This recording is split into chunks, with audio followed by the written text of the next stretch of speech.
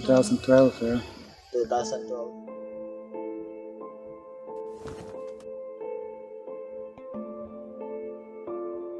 No, the thing is that me and my wife, we came here and we stayed in a boarding house, and we had a cat walking in, a kitten, so we took care of that.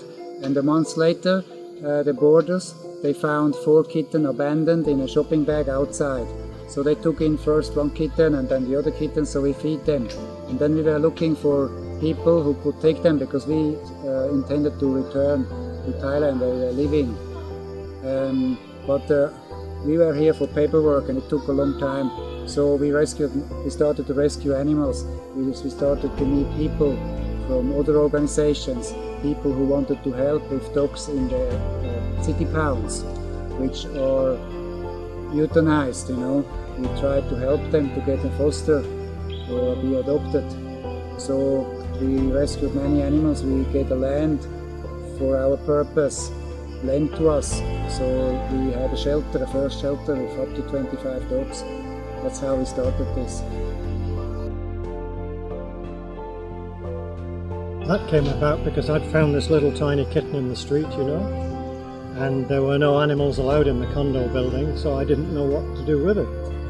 But the neighbour from the condo happened to be passing by while I was holding this kitten, and he said, "What have you got there?" And I said, "Well, I found this kitten. It's raining, it's wet, and it's too young to be by itself. I want to help it, but I don't know how.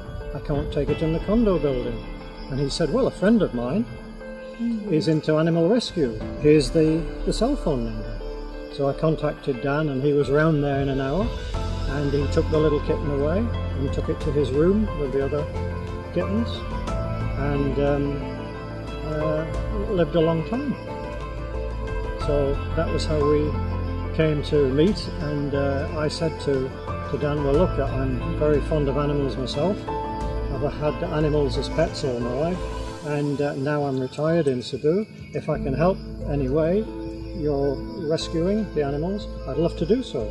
And so I've gradually become involved in Mayari's activities. Well, sorry. No, it's okay.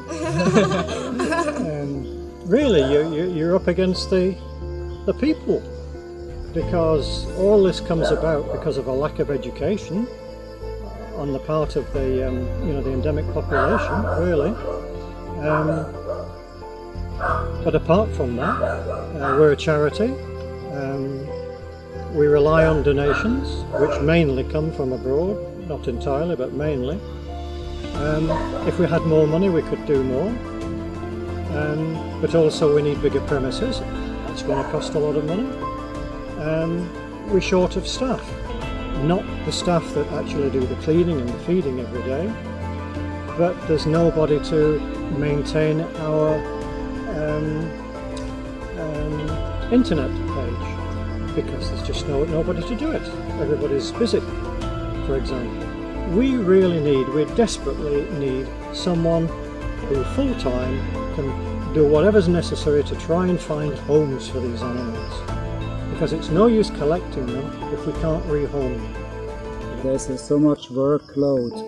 I mean, I run this shelter with 94 animals now.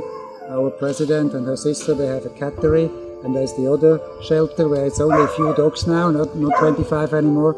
But there's a lot of work to get the supplies to clean. There's a lot of cleaning here every day, and there's no day off, because every day the animals need to be fed.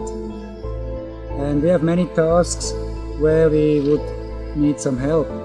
I mean, the web page we have sponsored from somebody. We have also volunteered to do certain things in the internet, but there's always space for more. There's so many tasks, you know. Facebook groups should be managed.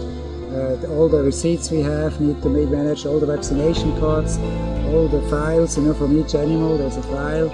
So there's a lot of space, and we post a lot in Facebook, but it's difficult to find somebody. Also the stuff, you know, sometimes we need stuff, we look for 2-3 months, it's hard to find some person to work. Currently we have a lot of volunteers coming for bathing or visitors. That's nice, you know, because we cannot put the attention on all of the animals, so it's nice that people coming and they can pet them, they can play with them.